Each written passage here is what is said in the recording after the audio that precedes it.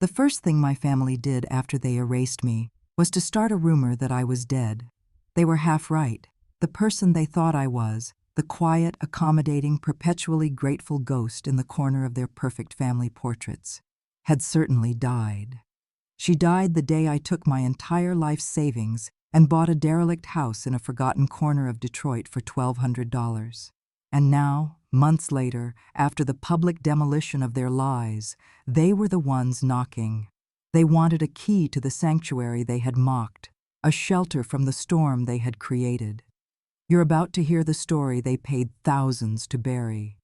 The crunch of my tires on the gravel, littered with shattered glass that glittered like malevolent diamonds, was the only sound in the dead-end street. The house at the end of it looked worse than the online listing. It was a skeleton picked clean by years of neglect, its windows boarded up like vacant eyes, its porch roof sagging with the weight of forgotten autumns. But it was mine, all $1,200 of it. I killed the engine, and for a long moment, I just sat there, watching the sleet trace jagged lines down my windshield. I didn't feel victorious. I felt like a castaway who had finally spotted land, only to realize it was a barren rock. But this rock was my only refuge. I got out, the damp, cold air of a Michigan November biting at my cheeks. I wrestled my worn-out suitcase from the trunk and dragged it toward the house. The warped front door groaned in protest as I forced it open, the sound echoing in the cavernous empty space within. This wasn't the plan. Just 2 weeks ago, I was seated at my parents' polished mahogany dining table, still clinging to the naive belief that their love was a currency I could earn if I just tried hard enough. The occasion was a family dinner to celebrate my sister, Serafina. The pot roast was, as always, flavorless, the wine cloyingly sweet, and the air thick with unspoken expectations. The incubator program is $20,000, my mother had announced, her voice shimmering with pride. She wasn't asking, she was informing. It's a vital investment for Serafina's brand. She needs this to elevate her platform. Serafina, whose entire life was a carefully curated performance of enlightened wellness, smiled with beatific grace. She was the family's golden child, the sun around which we were all expected to orbit. Her struggles were always framed as noble quests. My achievements were inconvenient footnotes. Then, my father, a man who measured worth in dollars and cents, turned his cool, appraising gaze on me. "Ilara, the funds. Your mother mentioned you were handling the transfer." I set my fork down, the sound unnaturally loud in the sudden quiet. "I'm not transferring the money," I said, my voice even, though my heart was hammering against my ribs like a trapped bird. "I bought something." The clinking of silverware ceased. Serafina froze, her wine glass paused halfway to her lips. My mother's eyes narrowed. "What do you mean, you bought something?"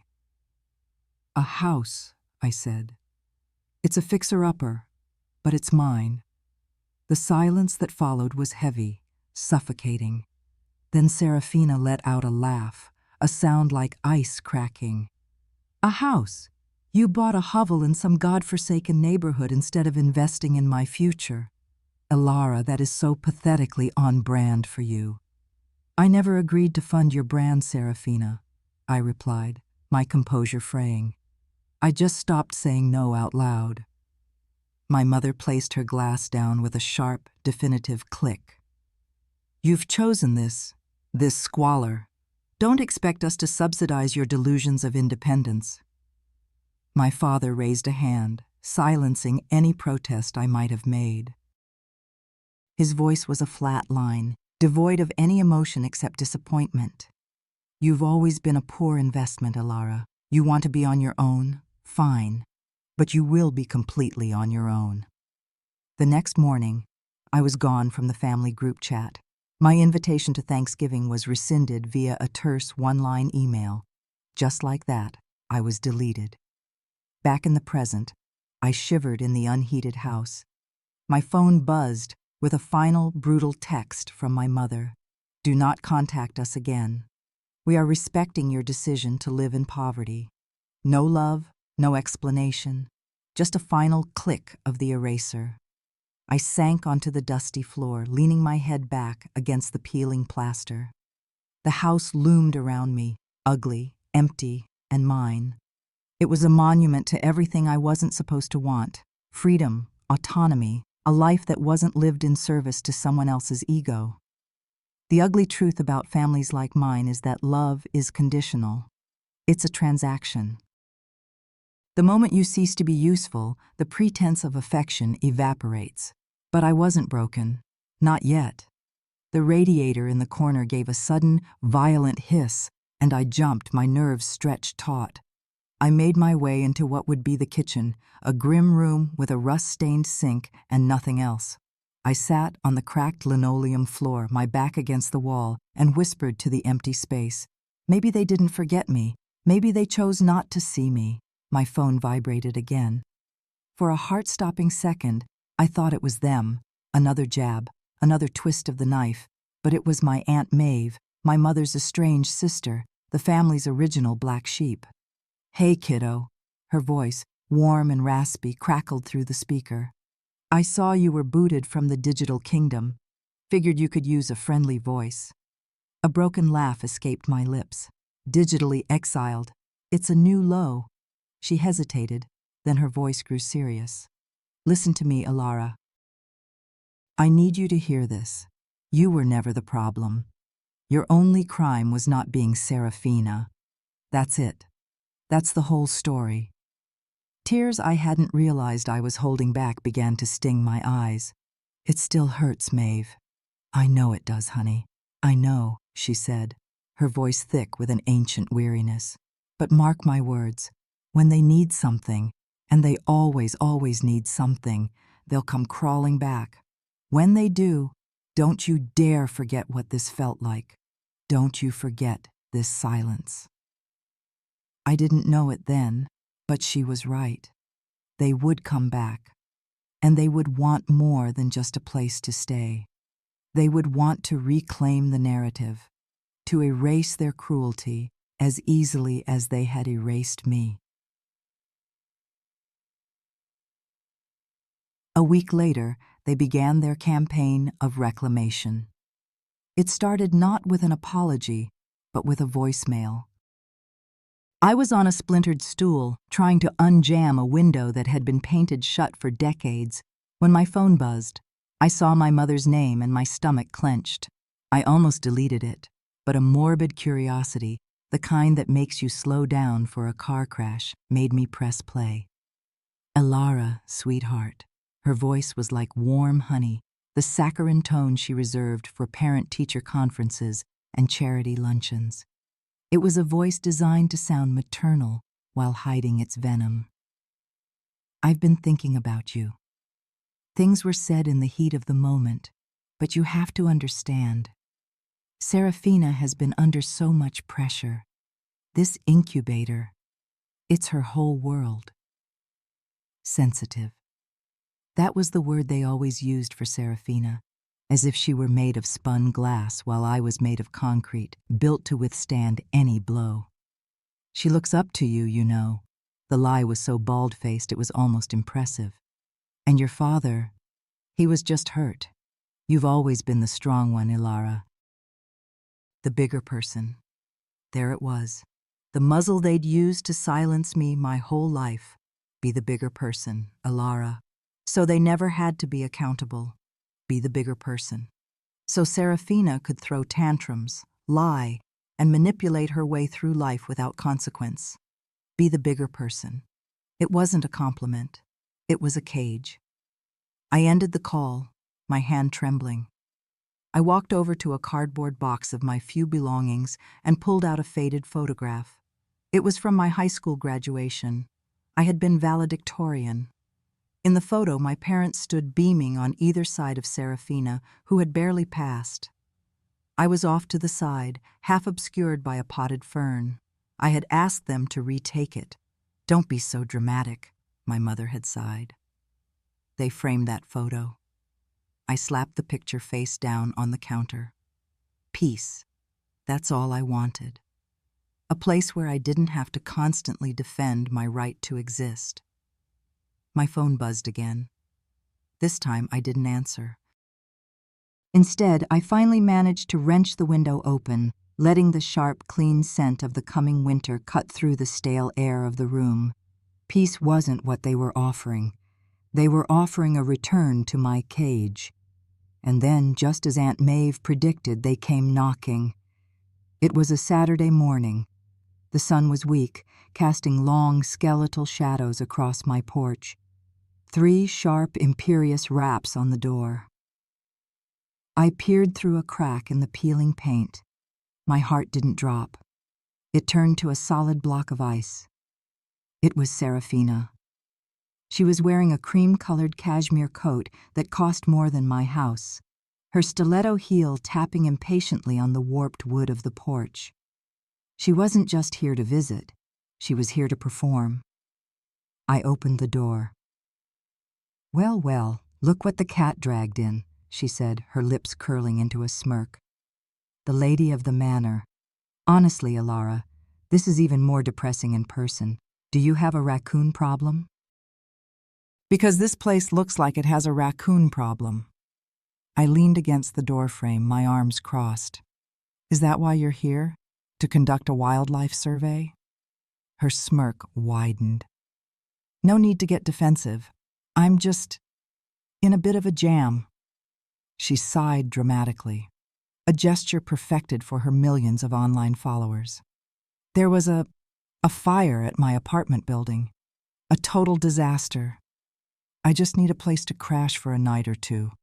I can sleep anywhere. Even here." Even here, as if she were doing me a favor by gracing my hovel with her presence. She was lying, of course. Some sixth sense told me the fire was as fictional as her concern. Whatever was happening, her picture-perfect world had a crack in it, and she was here to hide it from her audience. "You told Mom I was having a mental breakdown in a hoarder's shack," I said, my voice flat.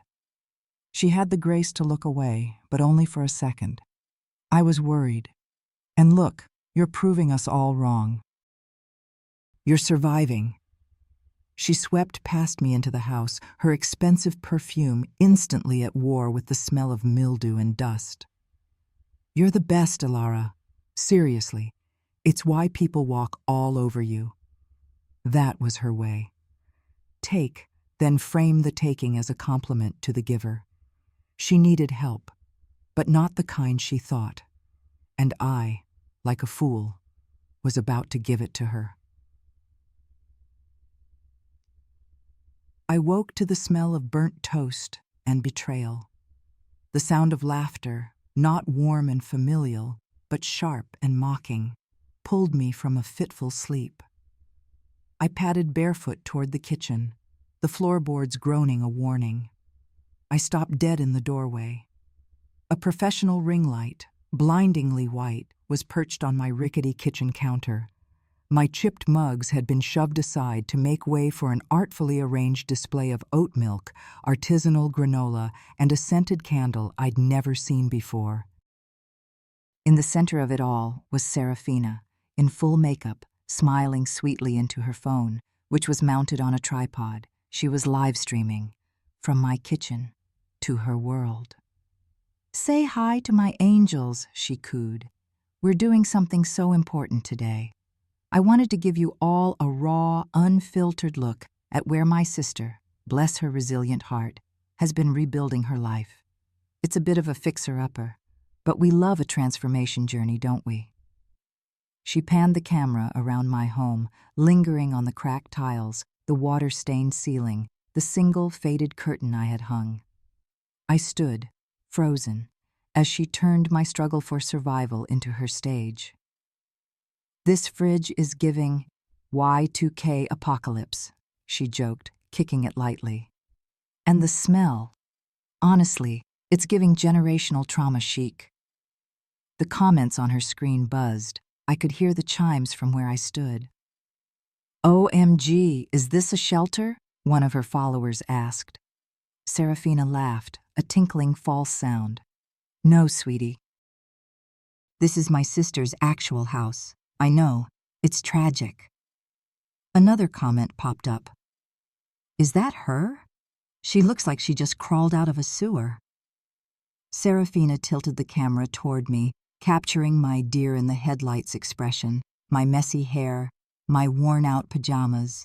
Yep, that's her, she said brightly. It's giving Great Depression chic, right? Something inside me, a wire that had been stretched taut for 28 years, finally snapped. I walked forward, my movements unnaturally calm, and plucked the phone from its tripod. Hey, what are you doing? She shrieked, her perfect composure shattering. I looked her directly in the eyes. You want content, Serafina. Here's your content. Get out of my house before I show your angels the story they really deserve. Her face crumpled. The victim mask slid on seamlessly, her eyes welling with tears, her voice trembling. It was a masterful performance. I was just trying to help you, she whispered, her voice breaking. I thought people could donate. It was for you. You mocked me in my own home. For clicks, I said, my voice dangerously low. I held out the phone like it was something contaminated. You can go now. She snatched it from my hand, sniffing theatrically. This is the thanks I get, she muttered, loud enough for her unseen audience to hear as the live stream presumably continued. For trying to be a good sister. The front door slammed shut, leaving a humming silence in its wake.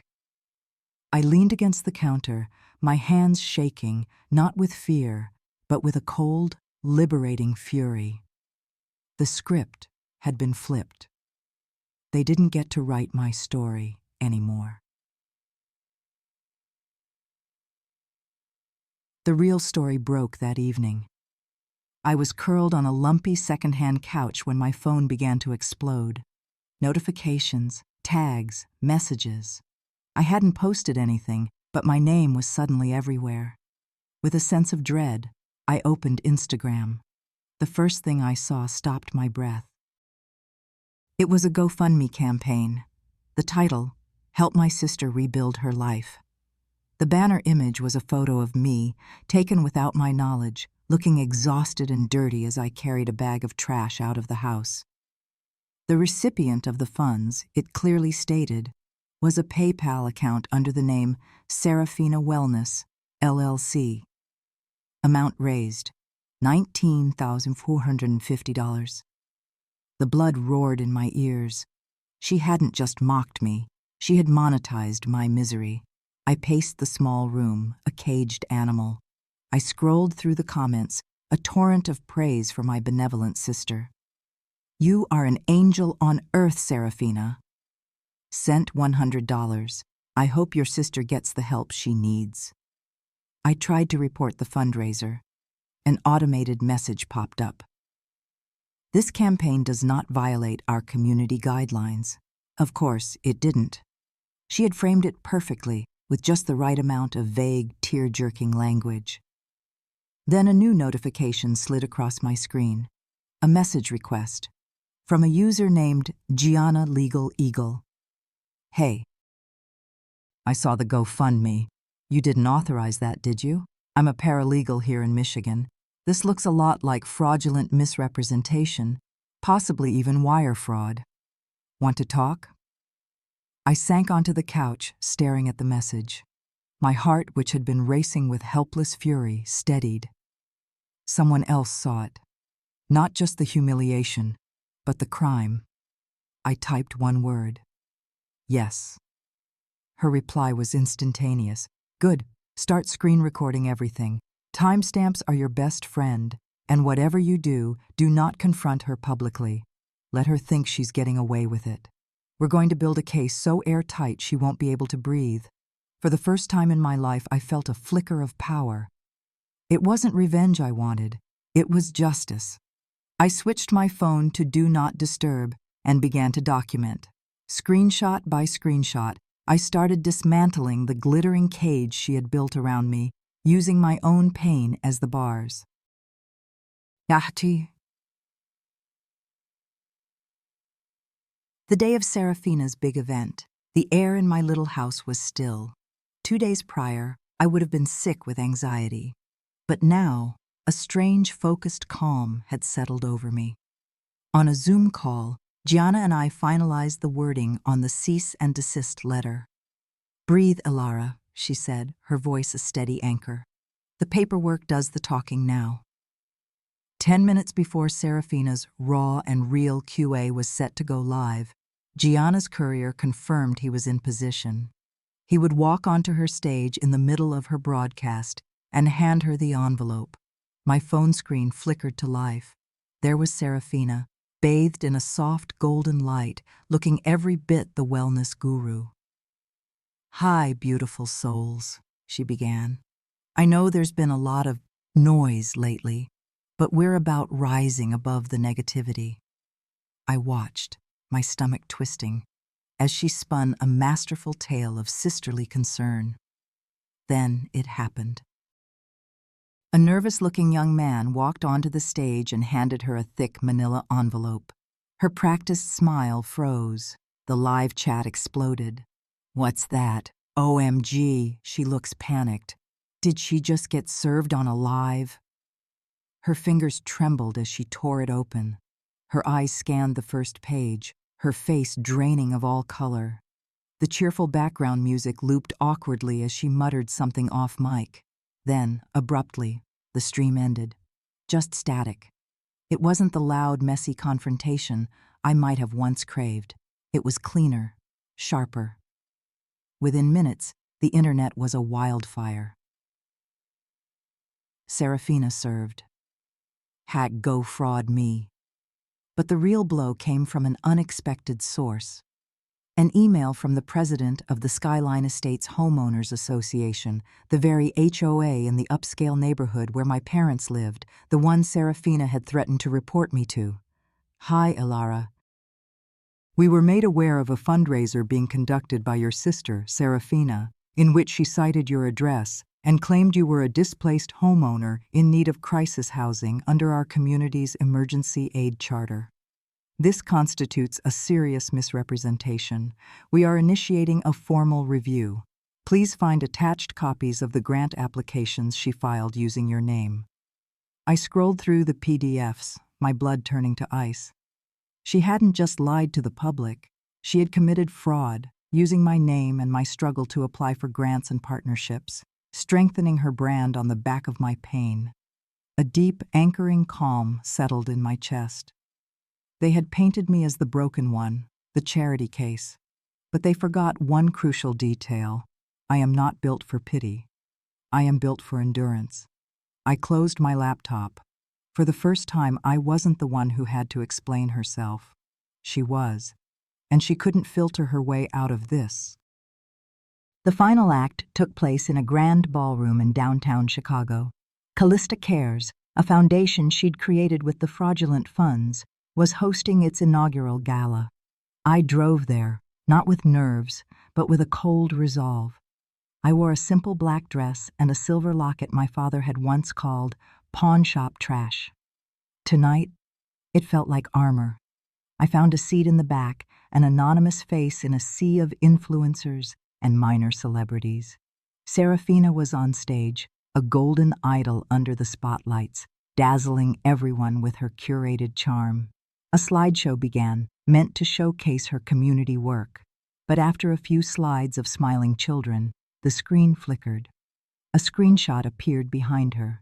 A text message, plain as day. "Let her rot in that dump.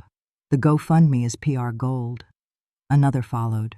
"She's good for sympathy points. Keep the cameras on the peeling paint." The room fell silent. 1,000 phones shot up.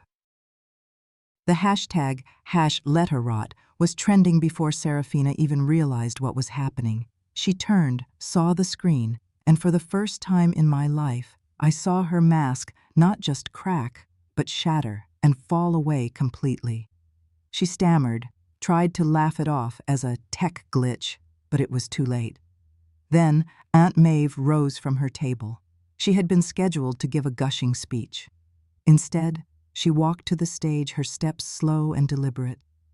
"I was asked to speak tonight about family," she began, her voice carrying across the hushed ballroom. "And for too long, this family has propped up one golden child while another was left to starve in silence. Tonight," she said, her voice ringing with conviction, "I stand not with what looks pretty on a flyer, but with what is right." With that, she stepped down, walked through the stunned crowd, and wrapped me in a fierce, proud hug. Cameras flashed. The silence broke. I heard Serafina's heels clicking furiously as she fled the ballroom. I didn't watch her go. I just closed my eyes, breathing in the first real embrace I had felt from family in a decade. The silence I had lived in for so long had finally spoken back, and it was louder than Serafina's entire world. Sunlight, clear and bright, now spills through the new windows of my little house. A month has passed. The air smells of sawdust and fresh paint, the scent of creation. My life is quiet now, filled with the gentle rhythms of rebuilding, not just the house, but myself. Last Saturday, my neighbors and I held a block party. Kids drew chalk murals on the sidewalk outside my home. "You belong here. Welcome home, Ilara." I found myself smiling, a real smile that reached my eyes without looking over my shoulder. My phone buzzed. A text from my father. "Serafina has lost everything. Your mother and I have nowhere to go. The least you can do is let us stay with you for a while. We are your family. No apology, no acknowledgement. Just the casual, breathtaking arrogance of their expectation. The expectation that after everything, I would be their shelter." I stared at the screen, and then I looked up. On the wall above my coat rack hangs a single framed photo. It's of me at 8 years old, in a handmade paper crown from a school play. In the background, blurry but unmistakable, is Aunt Maeve, clapping like her life depended on it. Beneath the photo, in her neat script, are the words, "You were always the queen." I picked up my phone. My fingers were steady as I typed the only response that felt true. "This home is built on truth. There is no room for you here." I sent it without a second thought. Outside, the neighborhood children laughed. The house I bought for $1,200 wasn't my burden. It was my foundation. For years, I had begged for a seat at a table that was never set for me, starved for scraps of love that were conditional prizes. Not anymore. They wanted a key, but I had built my own door. And behind it, finally, was a life that belonged to me. Sometimes, the most important walls we build are the ones that keep out the people who were supposed to shelter us. But when you stop knocking on their doors and build your own, you don't just find freedom. You find yourself